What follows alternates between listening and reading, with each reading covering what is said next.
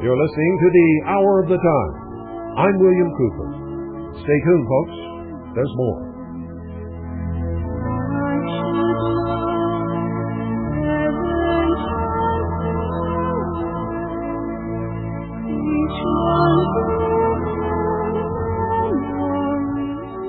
Doyle is coming.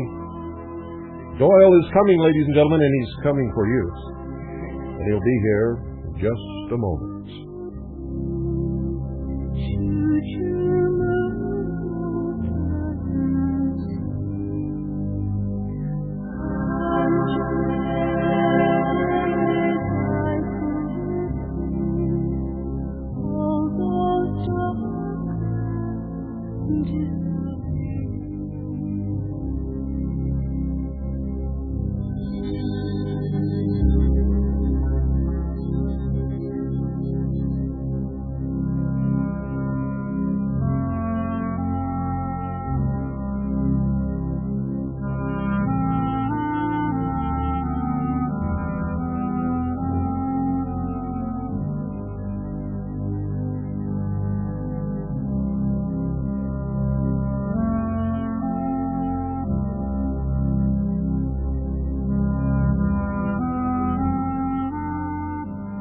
Tonight you're learning a portion of the hidden religion practiced behind the veil in the lodge without windows. All of the fraternal orders practice this religion, ladies and gentlemen. They practice it in secret and withhold it from you. And because you do not know it, they refer to you as cattle. Cattle. Cattle. So, on the one hand, they say that you are the profane and are not worthy of the knowledge.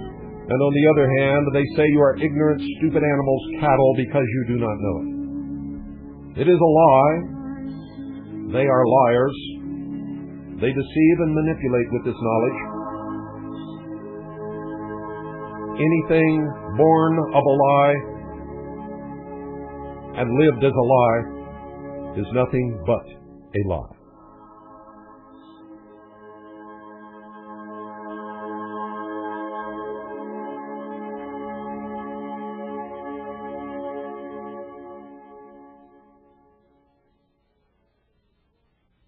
And now, ladies and gentlemen, what you've all been waiting for, here's Doyle. Hey, what's going on? Oh, we gotta kill something first. Gotta kill what? What do you gotta kill? Oh, yeah.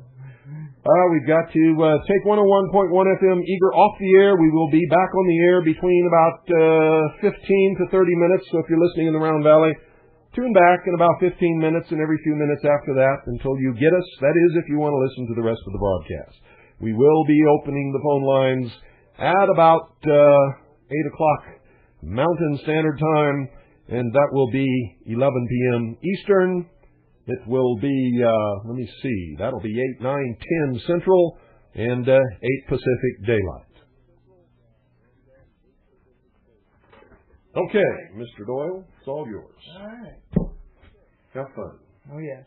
I've got to get out of here. Yeah, take a break. Here you go. Thank you, sir.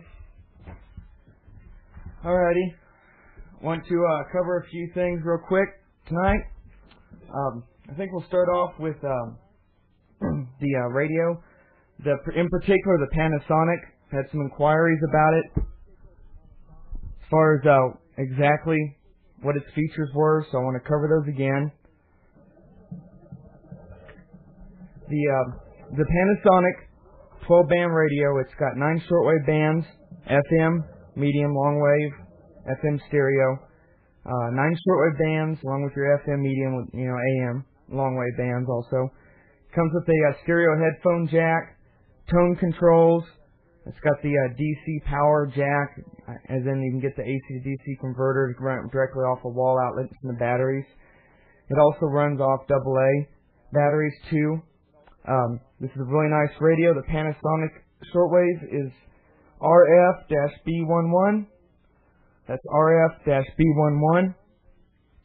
The price is $58.95. $58.95 plus $6 postage. Okay. That's $58.95 for the Panasonic shortwave radio, plus $6 postage and handling. That's UPS. The retail on this unit is $89.95. and we've found it for even more at some places. The other one I'd like to cover is the Sangean 808. This is the ATS 808 Sangean. It's digital, all band, continuous coverage, AM, FM, FM stereo, long wave, AM, and medium wave, and then PLL synthesized, which is phase locked loop. Okay, that's digital entry directly to the frequency you want. It's got a large LCD display, makes it quite easy to see exactly what frequency you're on. If you were to type in or tune in to WBCQ, right on the display you will see 7.415 megahertz. Makes it real simple to find out where you're at. It's got the 12 and 24-hour clocks, 45 memory presets, the, like I say, continuous shortwave coverage, 120 meters down. It comes with a suede pouch, stereo headphones, the shortwave listening book, extended antenna, adapters included. Runs on AA batteries or an AC to DC adapter. The price of this, the ATS 808, is $159.95 plus $6 shipping. It's $159.95 for the ATS 808 Sangean digital shortwave. And the retail we've seen as high as $259.95 from some other places. Okay. Next, what we'll do, we'll cover the books and audio tapes. I'll start out with the audio book. This is the audio book of Behold a Pale Horse from Alternative Audio. It's 3 hours of information, a 2-tape audio set, 10 minutes of brand new material. It's read by the author, William Cooper. It's professionally produced and packaged. This is a really nice set right here. The price for the audio book of Behold a Pale Horse is $19.95, postage paid. Okay, that's $19.95 for the audio book of Behold a Pale Horse. This makes a really nice gift for those of you who can't find the gumption to read a very large book or the time. This is a good alternative, although much abridged from the full book. This is $19.95 for Behold a Pale Horse audio book. Now the actual printed book of Behold a Pale Horse, written by William Cooper, it is over 500 pages of well-documented, some of the most suppressed information ever published. It is $30 postage paid. Okay, that's Behold a Pale Horse. 500 pages, well-documented, the most well-documented, suppressed information ever published, $30 postage paid. Okay, next I want to go to Veritas. I had some questions on the phone about Veritas. Veritas is not a newsletter or a flyer or memo. It is a newspaper. It addresses issues that affect your individuality and freedom, fully documents all sources for readers to confirm. It's hand-delivered to key representatives and media bureaus in Washington, D.C. It challenges the readers to think for themselves. Veritas, a 12-issue subscription, is $55. If you would like a sample copy of this, as in the current issue, to see what it's all about, what is contained within a Veritas, you can do so. Just request a sample copy of Veritas. That's $5. Okay? But the 12-issue subscription for Veritas is $55. 12 issues of Veritas. Full-size international newspaper. Okay, next I'd like to cover Oklahoma City Day 1. It's a detailed account of the bombing of the Alfred P. Murrah Federal Building, Oklahoma City, Oklahoma, April 19th, 1995. It was written by Michelle Marie Moore with a foreword by William Cooper. This gives you insight and details into the events surrounding the Oklahoma City bombing, which you probably have not heard or seen prior to this book. It's an excellent account, documented. This is a really good book, a very large book. What is it page-wise? 640 pages, weighs about 2 pounds. Yeah, 640 pages, about 2 pounds. It's a large, heavy book. A lot of meat to dig into. It's Oklahoma City Day 1. It's $16 postage paid. Okay, that's Oklahoma City Day 1. Detailed account of the bombing of the Alfred P. Murrah Federal Building, Oklahoma City, Oklahoma, from April 19, 1995. It's $16 postage paid. Okay. Next thing I'd like to cover is the Zapruder tape. The Zapruder tape is from November 22nd, 1963. Abraham Zapruder stood on a concrete abutment near the famous grassy knoll in Dallas, intending to film only the president's motorcade. Instead, he filmed the assassination of President John Fitzgerald Kennedy. Zapruder rushed the film to a lab where it was developed. A local TV station aired what became known as the Zapruder film the very same night.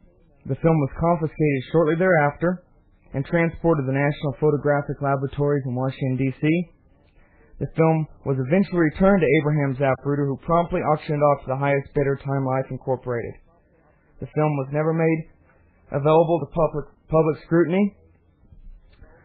In 1992, William Cooper acquired a first-generation copy on 35mm color-positive film. The copy was immediately made on 1-inch videotape. They're offering a brilliant color copy of the now famous Zapruder film on VHS videotape at its normal speed, quarter speed, 1/10 speed, and frame by frame, included all in one video.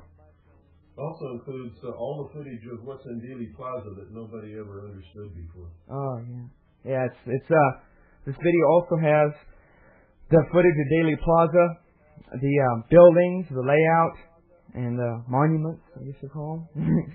the obelisk, yeah, the reflecting pool, the window, everything that most people have not seen before or noticed. This is also on the tape. This is a chance to acquire a very rare part of history. It's definitely an eye-opener. This is Zapruder film. It's $40 postage paid. It's $40 for the Zapruder film, postage paid. Okay, now, if you need the address to write to inquire about products or order information, or the phone number, the address is Hour of the Time, care of 101.1 FM, P.O. Box 940, Eager, E-A-G-A-R, Arizona, 85925. Now, the phone number, you can leave a message in the voicemail system, is 520-333-4578. And between 1 and 5 Mountain Time, Monday through Friday, we will do our best to answer the phone so that you can actually talk to a real human being. But that's sometimes hard because of research and work and whatnot. But the number is 520-333-4578. There's a full directory, and it's quite easy to find the proper voicemail box that you may need. Okay. I think now we'll cover, had a few questions on the phone to this afternoon and yesterday. And I noticed one in writing in the mail about a couple of the items from the, as far as the kits for first aid and whatnot. I want to cover a couple of those. The first one is the Traveler. The Traveler is a very nice, well-rounded out package. It's called a personal care package. The name's the Traveler. It's an excellent item to have on hand in a closet, or it's available in a household or in the trunk of a car, especially if you travel a lot or drive a lot in your job. It contains over 50 items. All fits in a nice nylon, water-resistant carrying bag with a strap, shoulder strap. It comes with the carrying case, obviously, the duct tape, emergency blanket, the Wallace guidebook, which is an excellent first aid manual, a flashlight with batteries, food rations, tissue packs, utility bags, water rations, and the medical. It has adhesive bandages, adhesive tape, alcohol wipes, aspirin, first aid cream, like the antibiotic cream, gauze pads, gauze rolls, razor blades, and towelettes. This is a really nice package right here. This is the Traveler. And some inquiries, so I wanted to go over again what was contained in it. It comes in a nice nylon zip-up bag. It's the Traveler is $37.95 plus postage. Call for details on postage. Okay, $37.95 plus postage for the Traveler. The next one I'd like to cover is the Super Arc. The Super Arc is in a box. It's a heavy cardboard box, shrink wrapped to keep it all together and secure. Inside the Arc, which is essentially it's another type of personal care kit. It has some of the products are removed from it, less oriented for travel. It's more for around the home or in a closet. as in it doesn't have duct tape and whatnot. It weighs approximately 5 pounds. It's it's an excellent gift for people. Holiday gifts, premium incentive awards, ad specialties. It's good for traveling. Although it does not have some of the items the traveling kit has more specific to that. It contains, They're not interested in what it doesn't have. They want to know what it has. Tell them what it has. Well, there seems to be a lot of confusion between the two. Well, that's because you're telling them it doesn't have stuff in the other one, and they don't really know what's in any of them. You got to tell them. That's what they need to know. Okay. Anyway, this contains food, water, light stick, medical supplies, as in gauze pads, bandages, aspirin, antibiotic ointment, cleaning pads. It's all contained in a separate first aid kit within it. It's got the emergency or space blanket, waterproof matches, light stick and candle for light. It's a really nice little kit here. The Super Arc is $19.95 plus postage. It weighs approximately 5 pounds to give you an idea of what the postage might be to your area. Call for details. We'll get you the exact postage. That will be the most inexpensive and best postage possible for your area. The couple more things I'd like to cover. I had some more questions about the Wallace Guidebook. This Wallace Guidebook is a comprehensive first aid manual. It covers subjects ranging from minor cuts, bruises, and scrapes to childbirth. It's very extensive. It was written by the founder of one of the largest of the preparedness and disaster relief organizations / companies in America. It's an excellent addition to any first aid kit or library. It can really help out if you have those dings and cuts around the house, especially if you have small children, and or if your line of work causes you to get injured quite a bit. I seem to get injured all the time, everything I do, and luckily I've got to read this book and stuff, so I know how to keep my wounds, to treat them properly and keep myself halfway clean to keep out of more serious trouble. So Wallace Guidebook, it's $5.49 plus postage. Again, you can call it right for details. Okay, that's the Wallace Guidebook. It's $5.49 plus postage. Yeah, you want to cover that one? You got one left? Yeah. And then I think that was the inquiries I had this week was centered around those 3 items and the books and videos. If you want the information packet, I want to go over that again. I had a couple calls today, in fact, of how to get the information kit. They had the phone number here. So to get an information packet, which covers the audio, tapes, the books, the videos, other products, the 1998 broadcast list, plus the Mystery Babylon tape set list, you need to send $1 with an SASE number 10 size envelope. It's a business number 10 size envelope, self-addressed, please, with 75 cents postage. Okay, that's $1 plus a self-addressed stamped envelope with 75 cents on it, and we'll send you out the information packet. It's a lot of stuff. That's why the postage is up there. It's a lot of pages crammed in one envelope. Okay, so that's, you can, and also there again, if you want to inquire in general and don't know exactly what all is offered here, get the information packet. It's a good starter because it tells you in detail the videos, books, audio tapes, and products that we have. Okay. The next thing I'd like to discuss is the pocket mechanic. The pocket mechanic is a 15-in-1 tool. It's a very nice implement. It's made out of heavy stainless steel, some kind of Krylon type handles. It has pliers, wire cutters that actually work, a pry bar, Phillips screwdriver, saw, files, 2 sizes of flat tip screwdrivers, a can bottle opener, wire strippers, a blade, a sheet foot type blade. It's very heavy duty. It's well made.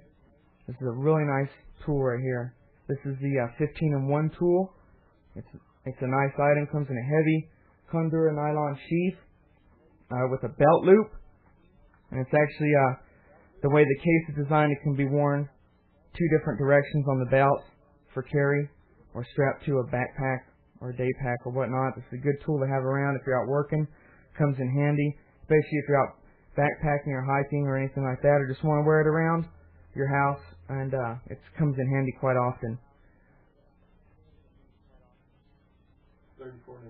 The price of the 15-in-1 tool is $34.95, postage paid. That's $34.95 for the 15-in-1 tool. That's postage paid, and they'll be sent out quite rapidly after you receive your orders. It's a really nice tool. It's a good deal, and it's a step above many of the more popular tools you see on the market. About half price. And about half price. So, there you go. We got one of the Columbia River knives left. This is a very nice knife. It has a bead blasted finish, very heavy construction, Allen bolts used throughout, not dinky rivets or something. Very heavy Allen head bolts holding it together, round-headed, very smooth. It's got a thumb opening stud. It's made of a heavy steel. It's very sharp. You can open it one-handed and close it. The same has a lanyard loop hole. It's really nice. It comes with a Condura nylon sheath and a lifetime warranty to the owner. Okay, it's a really nice tool, especially if you follow the care instructions inside and don't use it as a pry bar. It'll last you for quite a while. This is a knife meant for use, not for just looks or carrying around. It's meant for heavy, hard use. There's only one of those left, actually. So there's only one left. We're not joshing you to get people to rush out. That's all we have left. That's $34.95, postage paid. That's the Columbia River knife. It's a really nice item, and I say it's well built. You will not be disappointed in the quality of the manufacturer. Okay, that's about it. Really? Yeah. Okay. All right. Wow. I'm still tired. Give me one of those Snuffy Smith knives. Oh, yeah. We're going to give away a Snuffy Smith knife, folks, tonight. Anybody who calls in and can tell us exactly what we had for dinner. Or for supper. You can tell us exactly what we had for supper. Doyle and I and Annie and Allison and Pooh. And I think the Crusher had some of it. Yeah, I think so. That dropped under the table. You tell us exactly what we had for supper tonight. You win a Snuffy Smith knife. How about that? Okay. So we're going to open the phones at 520-333-4578. Right now we're going to put 101.1 FM Eager back on the air. And 101.1 FM Eager is now back on the air. For those of you listening in the Round Valley, if you call in, I know you didn't hear this, if you call in and you can tell us exactly what we had for supper tonight, you win a Snuffy Smith knife. How about that? The phones are open, 520-333-4578. You can talk about what you heard earlier on the broadcast or anything that you wish to discuss is okay with me. And let me see here. What am I doing? I'm going to do this like we always do, and we open the phones and get a little marching music here.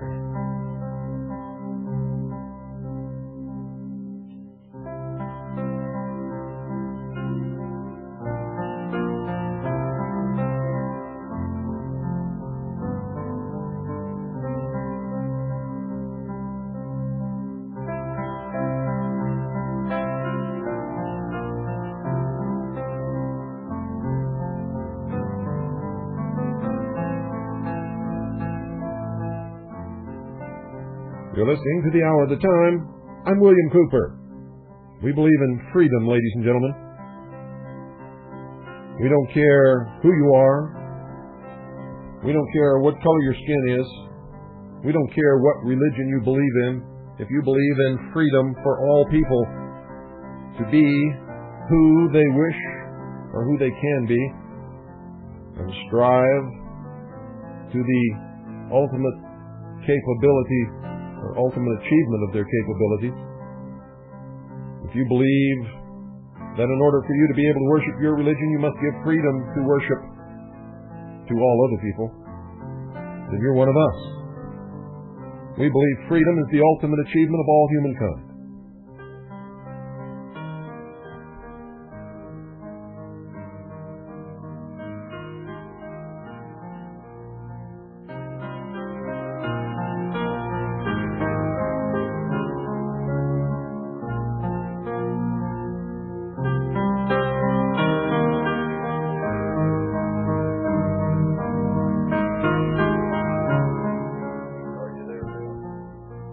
Good evening. You're on the air.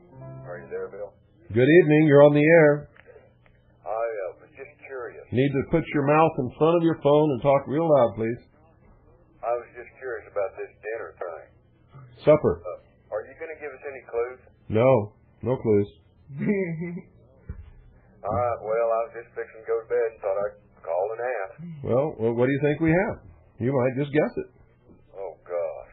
I hadn't gone that far to think about it. Really? Well, let's see. Since you put me on the spot here. Steak and baked potatoes, salad. Well, that certainly sounds good, but that's not what we have. T-bone. Nope. That would sound pretty good. Yeah, it does sound pretty good, but that's not what we have. All right. Well, good night, Bill. Okay. Good night. Thanks for calling. You're welcome. And if anybody doesn't believe what we had, we'll let Pooh be the ultimate revealer. if somebody thinks that they guessed it and we didn't tell them or something. 520-333-4578 is the number. Oh boy, I am so tired. Ladies, huh? It was that dinner. It was that dinner. It made me sleepy before we even started this thing. Yep. I'm going to describe this Snuffy Smith knife for you. It's a nice knife. It's sharp. It's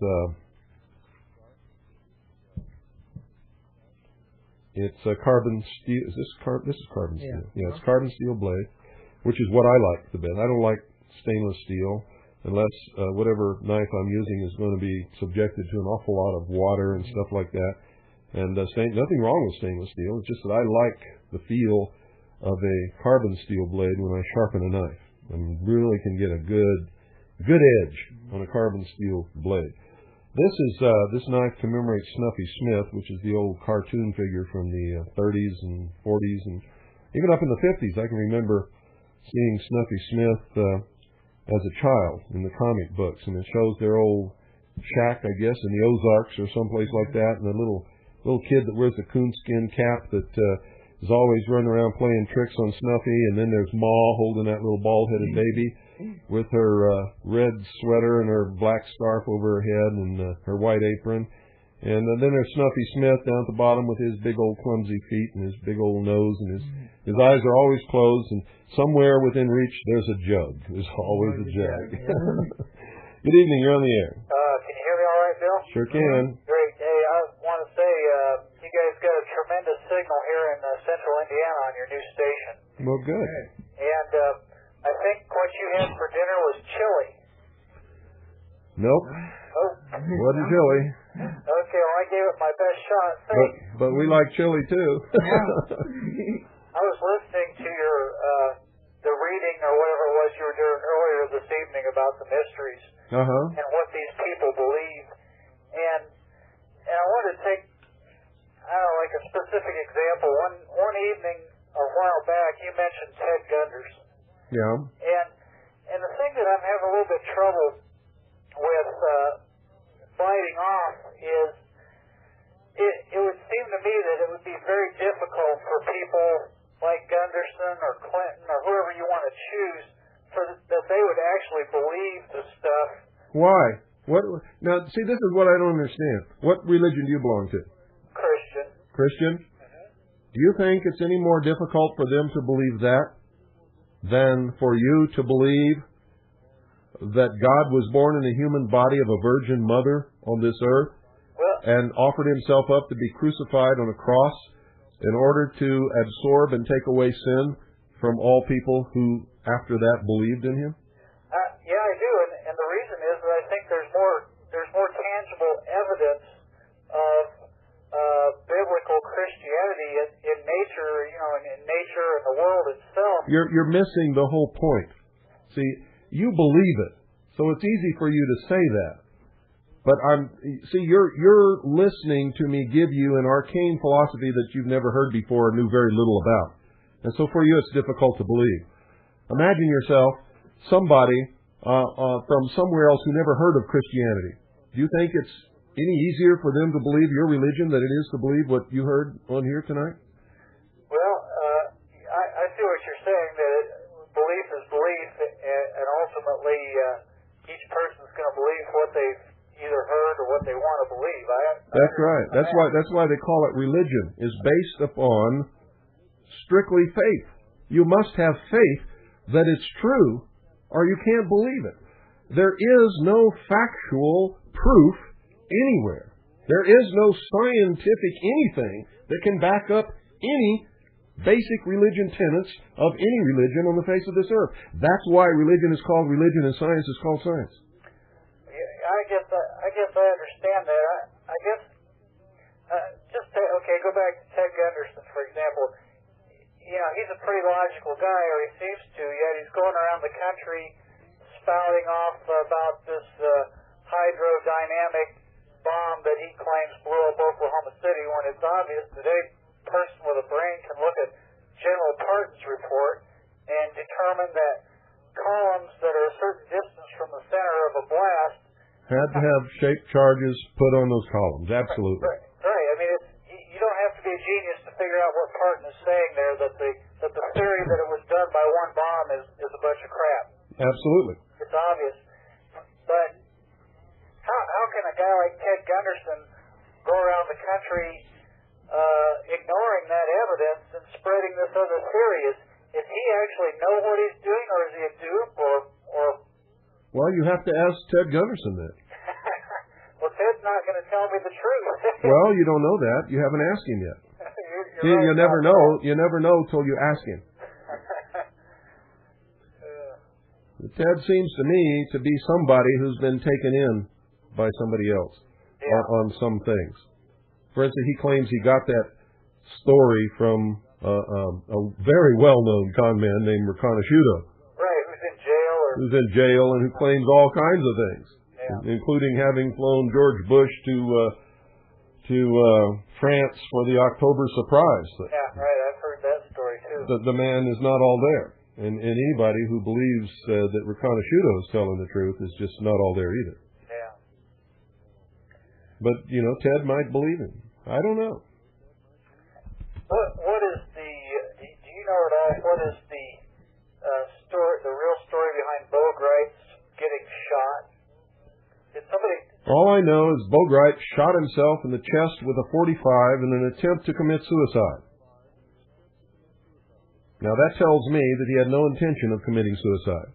Well, yeah, and he must have shot himself with a bullet out of which he had dumped most of the powder, because you can't shoot yourself in the chest with a .45 and then get up and walk out of a hospital 2 days later.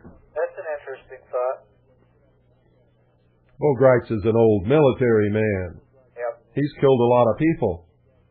He knows how to kill himself. Yeah. I never thought about reducing the powder charge. I never thought about that one. Yeah. Well, what would the purpose be for a fake suicide attempt on his part? Say, how the hell do I know? All I know is it's phony. Yeah. That's all I can tell you. Yeah. There's no man in this world who's ever been in combat and actually killed people and seen people killed would ever shoot himself in the chest with a .45 in the first place. It'd be kind of a low probability shot, wouldn't it? It's absolutely ridiculous. Yeah.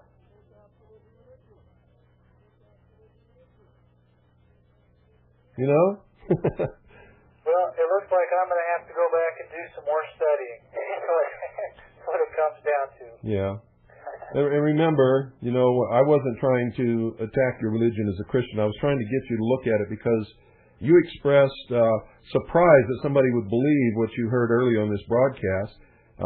But many other people would express surprise that you or I would believe what we believe.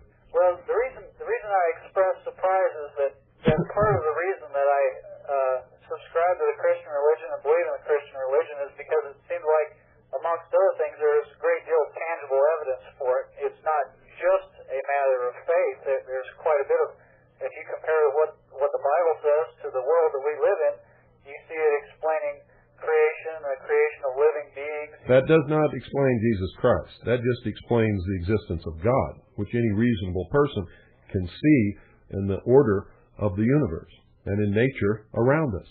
That's easy to see, but to believe in Jesus Christ and what he represents to Christians and what they believe he was and did and what the end result was of that action, is you can't see that by looking around in nature. That you either have to believe or discard altogether. Yeah, I guess that element of it is strictly an element that you have to take on faith. I agree with you there. Yes, and that's what makes Christianity Christian. So the mystery religions also have they obviously have their God or whatever they accept as. Their God is them. Right. See, they allude to a God, and then they say that God is actually Lucifer on earth, and then as you delve into it and begin to understand it, it always ends up that it's man that's God. Well, how do they explain the existence of the earth that we live on and their own existence? I just read that to you tonight. They believe that is the springing forth from the nothingness of primordial matter. The original thought, desire, action. Those are the three sides of the triangle. I see. The triad. So I guess the trilateral. For their purposes, triangle and everything else. I suppose for their purposes, that's just as valid of an explanation of their existence as the Christians' view of creation. Then. Yes, they don't believe that there's some old guy with a long beard sitting on a throne up in heaven who waved his arm and said that there'll be light and grabbed up some dust and breathed air into it and made man. Right. They just have a different. In fact, they would say that what I just told you was absolute nonsense. Right. They attribute it to some other process. Yeah, they attribute it to the manifestation of an original thought which created in its being or bringing forth primordial matter out of the nothingness or the virgin. Do you think it's possible too that there are people that are higher within the levels of illumination that maybe believe in the God that Christians believe in, but they don't believe in anything. So you're trying to read a lot of stuff in here that's not. All of this stuff that I gave you tonight is how they attract initiates, is how they build their organization, is how they lead their followers around by the nose. At the highest level, they don't believe in any of that. They don't believe there's a God. They don't believe there's a Satan. They don't believe there's a devil. They don't believe anything. Well, I guess they believe that man is here, and man, if he uses his intellect, can conquer it all. I guess what I'm questioning that thesis on the basis of the Bible's teachings concerning the. They don't believe in the Bible. They believe the Bible is an esoteric tome that's been mistranslated, abused, and misused by people throughout history, and that it was originally put together as a political manipulation of the Roman emperor, who at that time was the Pope, in order to rule the world. It was a merger of church and state, the cross and the crown.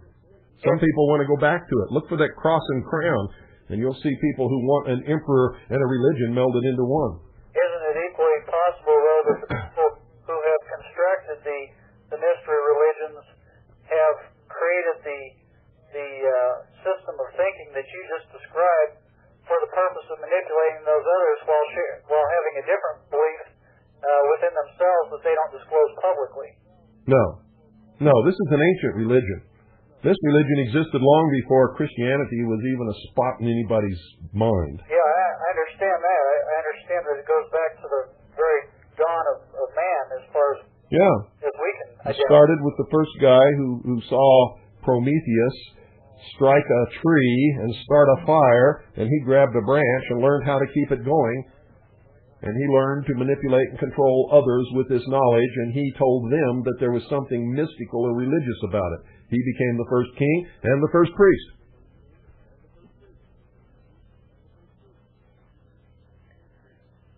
So you don't believe, based on your readings, then, that there is any possibility that the people... I just told you. At the highest level... You can ask me that question a million times, you're going to get the same answer. No.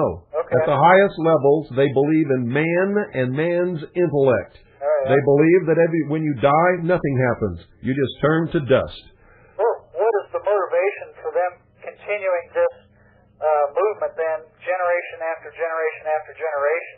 It's to conquer death. But if those who have gone before are dead and they're dead, that's it. There's nothing. There's no afterlife. There's nothing else for them. That's right. What is their motivation? Why wouldn't they be more interested in what they can?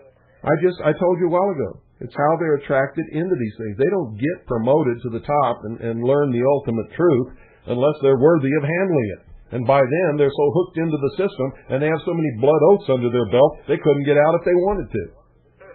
They have no choice but to further the plan. Socialists and communists and people at the highest levels of the Illuminati do not believe in God or Satan. They believe that man is God, or that man is becoming God is a more accurate term for it.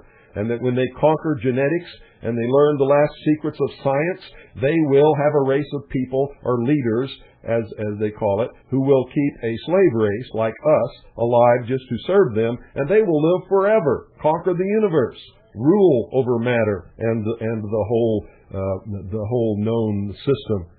What then is our role? As you said the other night, we're to resist it.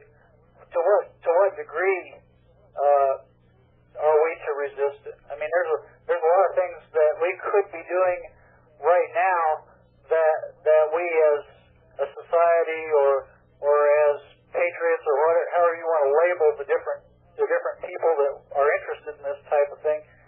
There's different things we could be doing, all the way from education all the way up to active civil war. What is the? I've told you 100 times, civil war is out of the question. Restoration is what we must be after. And by that you mean the restoration of our constitutional form of government. Restoration of constitutional republican government, yes. Okay. That's the most perfect, best, most promising, most freedom-granting government that's ever existed on the face of this earth, and I've never seen anything better. The reason I'm asking you these questions is because I listen to your broadcast and I read Veritas, but sometimes it's hard to put all these questions together. I don't know why.